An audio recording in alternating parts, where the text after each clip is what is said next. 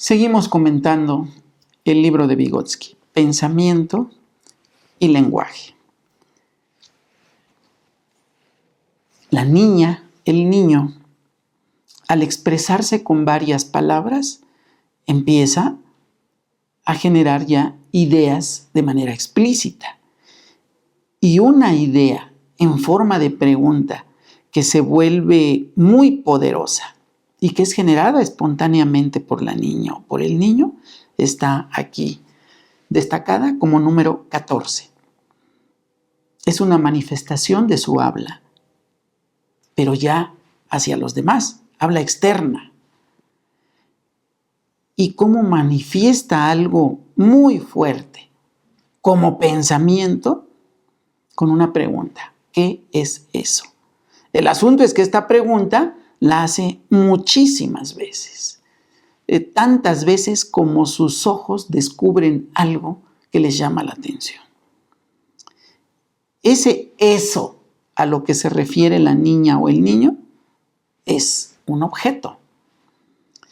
Y hacer una pregunta, es nuestro comentario, exige pensar, porque una pregunta es una conexión entre algo que se observa o algo que se percibe y un vacío. Se pregunta por ese vacío. ¿Qué? Ese qué, como la palabra interrogativa. ¿Qué es? Y ahí está el verbo.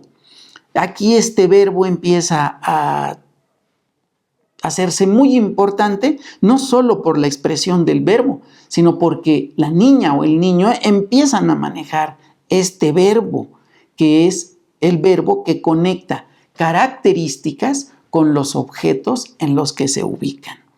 Leo algo de Vygotsky. La voluntad de conquistar el lenguaje se da cuando el niño hace el mayor descubrimiento de su vida. El que cada cosa tiene su nombre. Vygotsky cita a Stern. Este instante crucial en que el habla comienza a servir al intelecto y los pensamientos comienzan a ser dichos, se reconoce por dos síntomas objetivos inconfundibles. Uno, la repentina y activa curiosidad del niño por las palabras. Su pregunta sobre cada cosa nueva, ¿qué es esto? Y número 2, el consiguiente aumento rápido y brusco de su vocabulario. La comprensión de que todo objeto debe tener su propio nombre se convierte en el primer concepto general adquirido por el niño. Algunos autores, el mismo Vygotsky los menciona, no están de acuerdo con que el niño adquiera un concepto por eso. Podríamos probar esta idea. No porque al niño se le diga, eso es un caballo. El niño ya tiene el concepto de caballo, pero después de acumular una suficiente cantidad de experiencias que le obligan a abstraer las características de lo que es un caballo, aunque no explicite el concepto en términos de caracterización, el niño empieza a saber que algo es un caballo independientemente de su color e incluso de su tamaño, independientemente de que esté ensillado o ande libre por el campo, sin ninguno de las cuestiones que le ponen las personas que tienen caballo.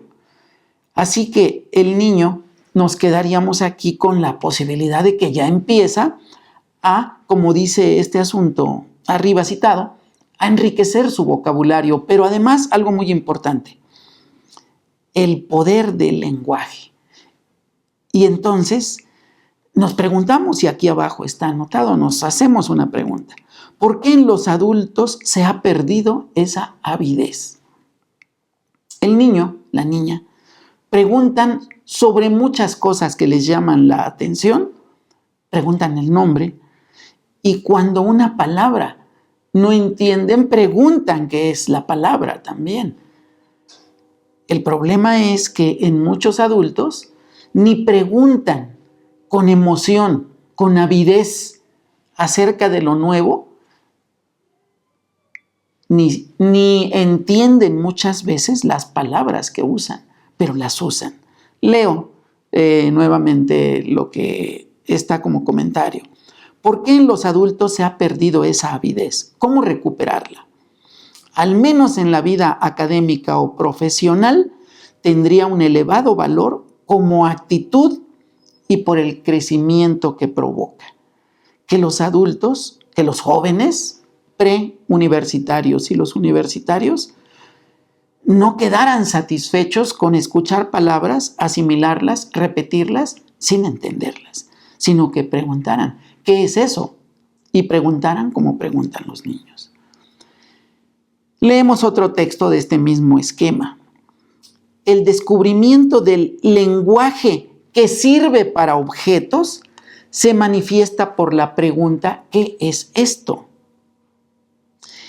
El del lenguaje que sirve para causas se observa por la pregunta, ¿por qué?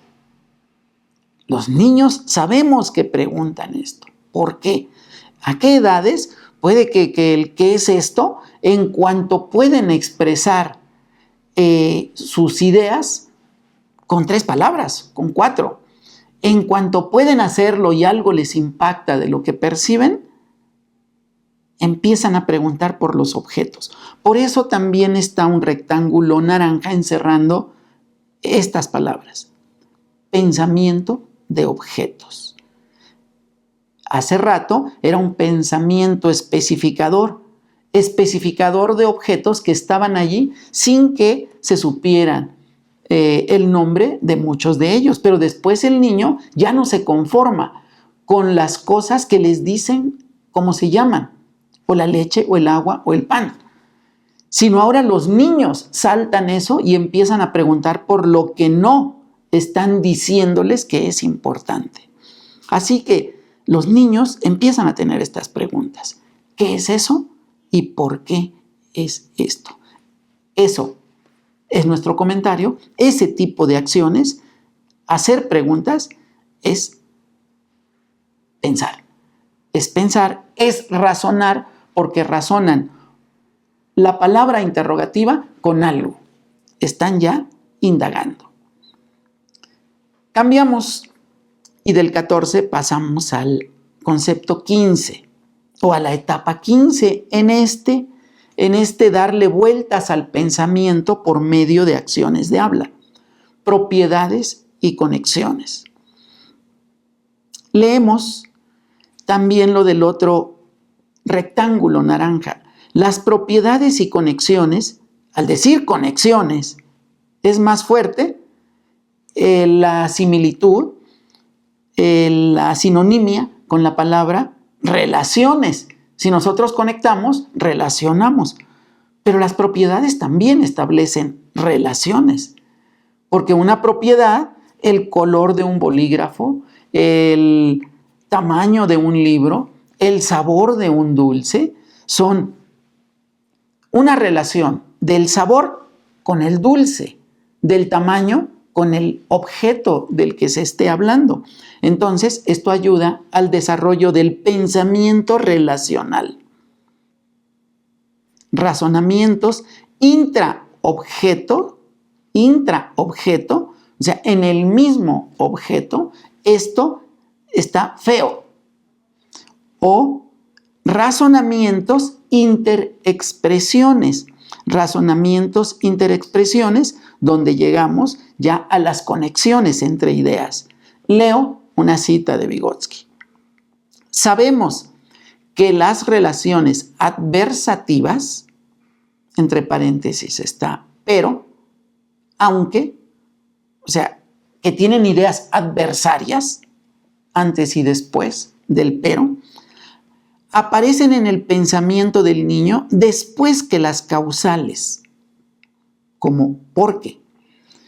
Y se puede ver que en la categoría adversativa, los niños de 4º grado no obtienen mejores resultados que los de 2º grado en la categoría causal. Leemos el comentario. Esto va de acuerdo con la idea de que es más fácil continuar una línea. Cuando un niño hace una línea, le es más fácil continuar dice aquí, que cambiarle de sentido. El niño hace una línea.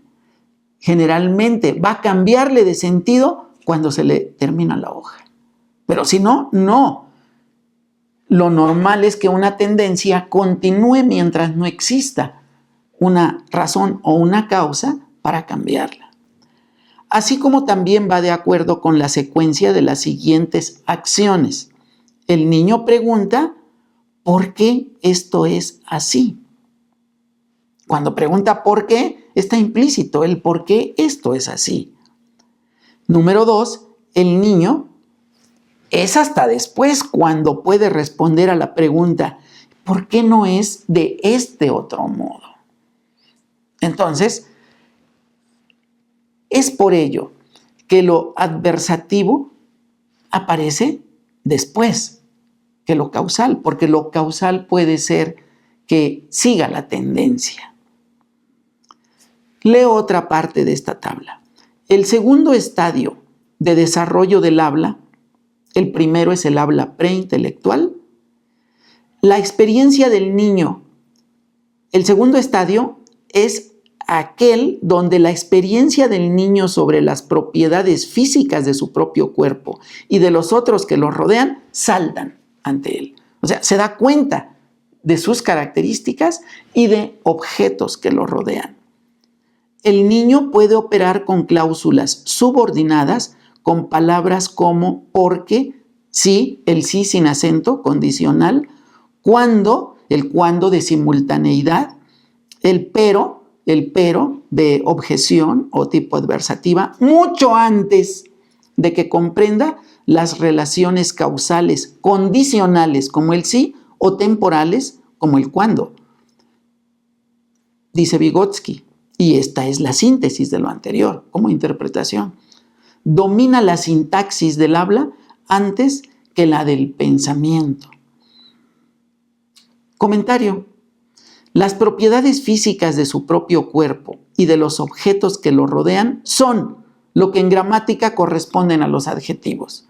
Así que puede inferirse que el habla del niño se desarrolla primero con los nombres de los objetos, cuando pregunta, ¿qué es eso? ¿Qué es esto? Estos son los sustantivos. Y después, en una etapa ya que tiene a los objetos, entonces se fija en sus propiedades. En términos gramaticales, en los adjetivos. Que el niño tenga que saber qué son los adjetivos, desde luego que no. Pero que el niño empiece a manejarlos es importante. Es importante porque empieza a manejar la lógica del habla.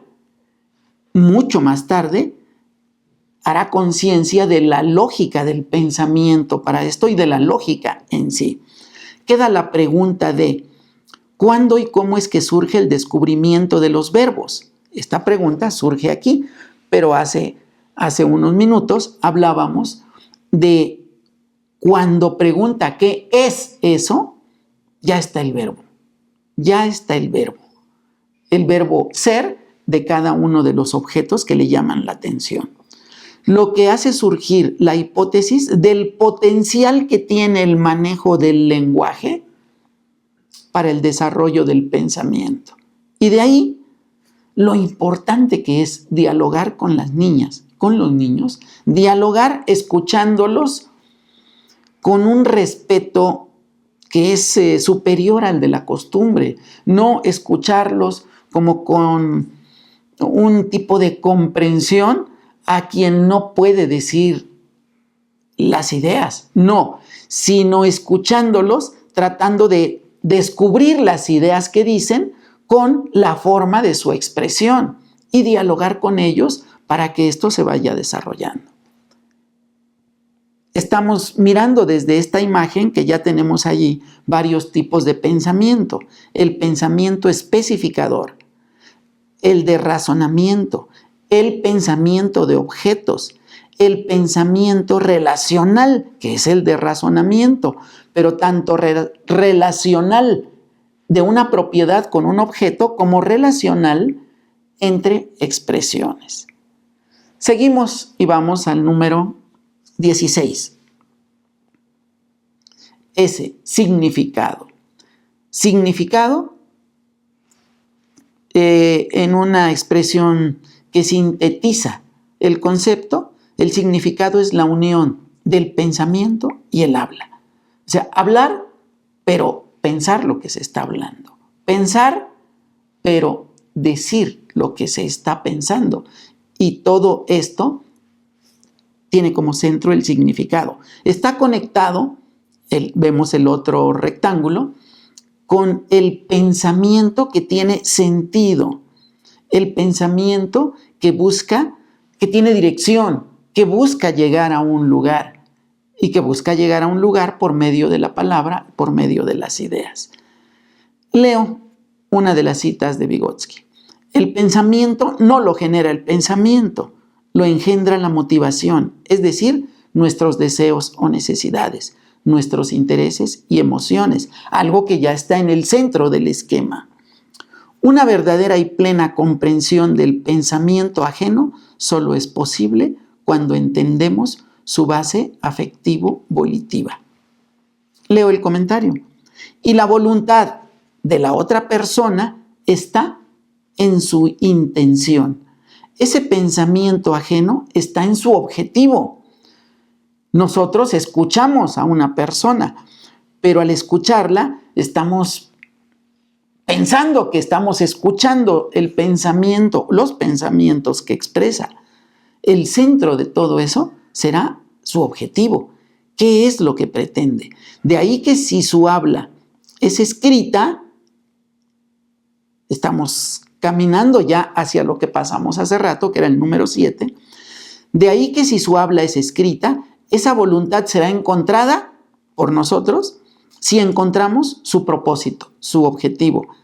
Hay que evaluar posteriormente el resto del discurso, pensamiento. Hay que evaluar si ese resto del discurso, pensamiento, logra el objetivo. O dicho de otra forma, evaluar si el pensamiento se produce cumpliendo principios lógicos. Con el manejo del significado de las palabras, según esto que estamos presentando, con el manejo del significado, se abre de manera muy fuerte la puerta al manejo de la lógica, tanto en el habla como en el pensamiento. Continuamos con esta vuelta, estas vueltas alrededor del pensamiento, con diferentes tipos de habla, con diferentes etapas en el desarrollo del habla en los niños. Leo a Vygotsky, Ley de la toma de conciencia, que él a su vez cita de uno de los colaboradores de Piaget. La alteración en una actividad automática hace a su autor consciente de dicha actividad. De otro modo, una persona está realizando una tarea y cuando alguien, un factor externo, hace que suspenda la tarea, en ese momento o en su reanudación, la persona debe tomar conciencia de lo que estaba haciendo. Y vamos a ver adelante en otras citas qué están entendiendo por conciencia. La otra premisa es que el habla es una expresión de ese proceso de toma de conciencia. Esta otra premisa es cuando a una persona que se le pidió que llevara a cabo una tarea y esta tarea podría requerir de 10 minutos de trabajo, cuando lleva 4, cuando lleva 3, cuando lleva 6, se le pide suspéndela y se le hace una pregunta. ¿Qué estás haciendo? Al generar la respuesta o para generar la respuesta, debe tomar conciencia de qué estaba haciendo. Ese qué estaba haciendo puede ser dirigido al menos a 2 puntos. ¿Cuál era la actividad específica que estaba realizando o a qué sirve esa actividad? Leo otra cita. La voluntad de conquistar el lenguaje sigue a la primera vaga conciencia del propósito del habla, cuando el niño hace el mayor descubrimiento de su vida, el que cada cosa tiene su nombre. cuando el niño pregunta, ¿qué es eso? Tercera cita. Tomamos conciencia de lo que hacemos en proporción a la dificultad que experimentamos al adaptarnos a una situación. Finalmente, entonces, ¿qué se está tomando por conciencia? En estas citas se dice que cuando una actividad de cierto nivel de complejidad se suspende o cuando se pide a la persona que exprese lo que está haciendo, se toma conciencia. Cuando suspendemos una actividad más o menos compleja o cuando expresamos lo que estamos haciendo. Otra es cuando preguntamos algo, entonces tenemos cierto nivel de conciencia. La pregunta del niño que le hace explotar hacia el lenguaje es, ¿qué es eso? Y esta tercera cita dice, tomamos conciencia de lo que hacemos en proporción a la dificultad. Esto habla de que no va a ser, vamos a tomar conciencia de cuando parpadeamos, pero sí cuando vamos a tomar conciencia cuando resolvemos un problema de tal tipo. Leo un comentario que anotamos aquí. La interrupción en una tarea deberá ser manejada como un alto en el camino, que al ser retomado, al menos exigirá al sujeto recordar hacia dónde se dirigían sus acciones antes de la interrupción. Respecto de la dificultad de una tarea debe ser superable, porque ¿de qué sirve que como que tomemos conciencia? Porque la tarea es difícil si finalmente la tarea no la vamos a poder culminar porque el grado de dificultad es muy superior a nuestros recursos. Por eso anotamos aquí. Este es comentario nuestro. La dificultad de una tarea debe ser superable para que la experiencia culmine en logro, lo que producirá sensaciones que dejen marcas positivas en la construcción del carácter. En cambio, no es de esperarse que los fracasos contribuyan a la formación de conciencia hacia un carácter deseado. La conciencia será una función del entendimiento. Eso estamos afirmando como comentario. Y el entendimiento debe culminar en el descubrimiento del objetivo. Estamos conectando conciencia con entendimiento y entendimiento con el núcleo de cualquier manifestación del intelecto o del habla, o de los dos, el objetivo. De modo que el significado más importante para construir conciencia es identificar el objetivo y otra vez, el objetivo es el significado de todo el proceso, pero el objetivo en sí mismo puede ser desglosado para entender el significado del objetivo. Hasta aquí el comentario sobre la conciencia. Este número 17 como etapa de estas vueltas alrededor del pensamiento, este número 17 está conectado con lo que arriba está encerrado también en un rectángulo naranja, pensamiento relacional hacia un sentido. ¿Hacia dónde? Muy bien, el pensamiento, y aquí vemos los pensamientos en este esquema. Si empezamos desde arriba, pensamiento especificador, razonamiento, intraexpresión, pensamiento de objetos, pensamiento relacional, pensamiento con sentido, pensamiento interpsicológico, pensamiento intrapsicológico, pensamiento relacional, pero ya buscando un sentido. Y pasamos a la etapa 18 como hipótesis. Después de eso, lo estamos escribiendo como hipótesis en este esquema. Es posible que surja la pregunta de por qué. Esa pregunta que hacen los niños a cierta edad y que meten problemas a cualquier adulto. ¿Por qué? ¿Por qué el cielo es azul? ¿Por qué hay rayos? ¿Por qué llueve? ¿Por qué? Y estoy hablando de cuestiones naturales. Los niños pueden hablar de cuestiones que son las costumbres de la familia. ¿Por qué? ¿Por qué no puedo hacer esto? ¿Por qué no puedo comer aquello? ¿Cómo aprovechar estas preguntas de por qué para el desarrollo del pensamiento relacional hacia un sentido, que aquí vuelven a estar interconectados. Leo el comentario. Es posible que los niveles más altos de la conciencia sean función de la identificación de un objetivo, en una manifestación de habla o en una manifestación de pensamiento. Ya lo había comentado yo. De la construcción del significado de dicho objetivo y de la organización relacional del resto del proceso de pensamiento o de habla hacia el logro del objetivo. Que un discurso, que una expresión, que una idea estén al servicio de un objetivo. Y para que esto sea posible, esto de alcanzar el objetivo, va a hacer falta el pensamiento relacional. Pasamos a la 19, la acción 19. Lo leo. Lectura oral y en silencio. Relaciones entre el habla y el pensamiento. En la lectura oral, que es con la que empiezan muchos niños, les dan un texto breve, un texto sencillo, a leerlo. ¿Y cuál es la tarea más importante de trabajar la lectura oral? Hablar y conectar las palabras que se hablan.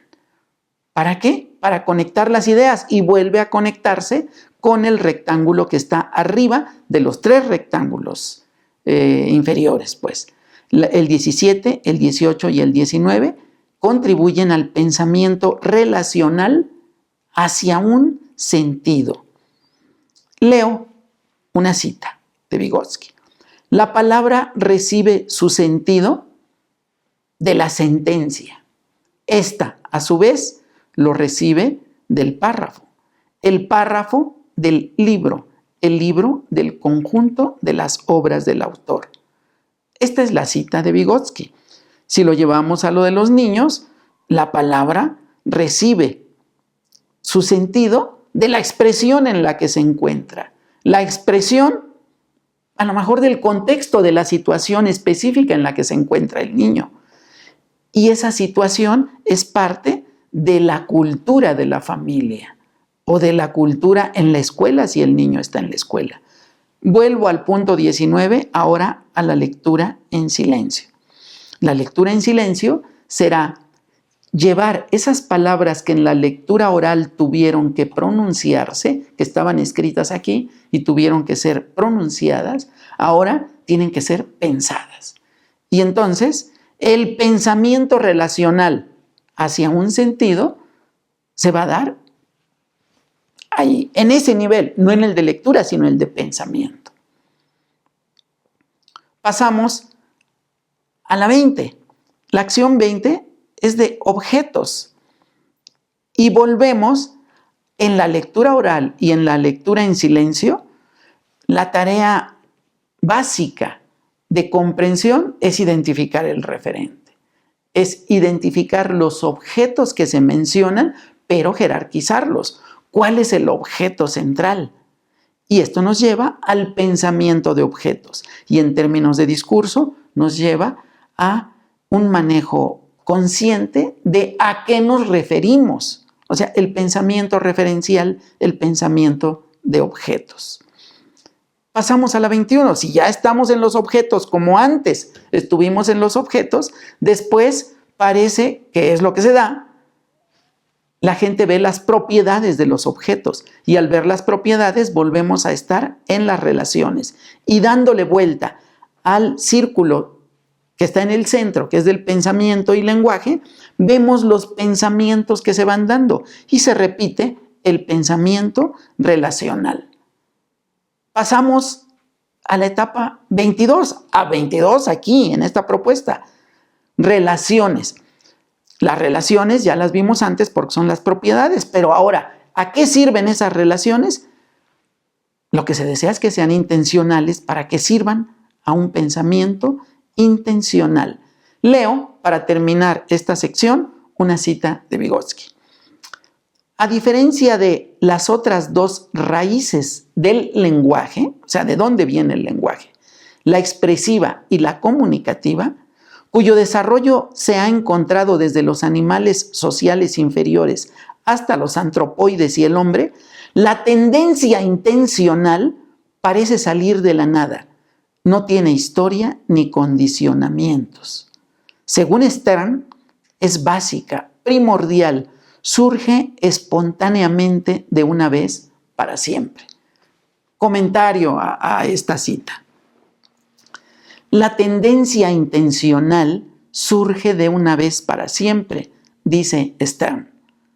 Según nuestras observaciones, anotamos lo siguiente. Con adultos no surge así la intencionalidad. Dudo que así sea con niños. Los adultos, me voy a referir a tesistas de posgrado entre ellos, tienden a expresar, aunque de forma poco precisa, el objeto de su interés en la tesis. O yo no sé si sea de su interés, muchas veces ni es de su interés, el objeto de estudio, al que incluyen en lo que con frecuencia denominan tema, con todo lo vago de este término. Pero su intencionalidad, no su intencionalidad, eso no es fácil que lo tengan consciente. La intencionalidad exige una expresión clara, lo que no es frecuente en la mayoría de las personas adultas. Cada intencionalidad debe nacer de alguna necesidad. En las tesis, el objetivo debe nacer de un problema o de una oportunidad. Nuestro comentario es, pues, que la tendencia intencional, si aquí se refieren a una tendencia intencional desde dentro del propio ser de cada uno de nosotros, puede ser. Pero en adultos yo he visto que no es tan fácil que digan cuál es su intención, cuál es su objetivo. Y mientras más hablan para decir cuál es el objetivo, parece que menos precisión tienen en su conciencia de tal concepto. Esto es todo en esta sección. Para más información sobre cursos y talleres, visita productividadintelectual.com.